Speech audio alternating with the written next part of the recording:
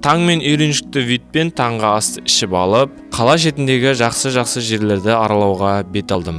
Басында айтқандағыдай, қаланың шетіндегі жерлерге екі түрмен баруға болады. Біріншісі осындай турлармен, 100-150 ларимен басталады. Осындай турлар бар. Бұндай турларға 150 лари. Қанша адам мінсең де, 2 адам мінсең де, 5 адам мінсең де, сондай сумма шығады. Бұл 150 лариге осы крепостьқа апарады, Махуцети деген водопадқа апарады, сосын менің домға апарады. Сосын бір тағы да бір тамақ жейтін жерге апарады, оған уже отдельно ақша төлеу керек болады. Екіншісі өзіңіз, яғни қалалық кәдімгі автобуспен, таксимен, өз машинаңызбен дегендей. Осы видеода екі түрінде сіздерге барынша түсінікті етіп көрсетуге тырысамын.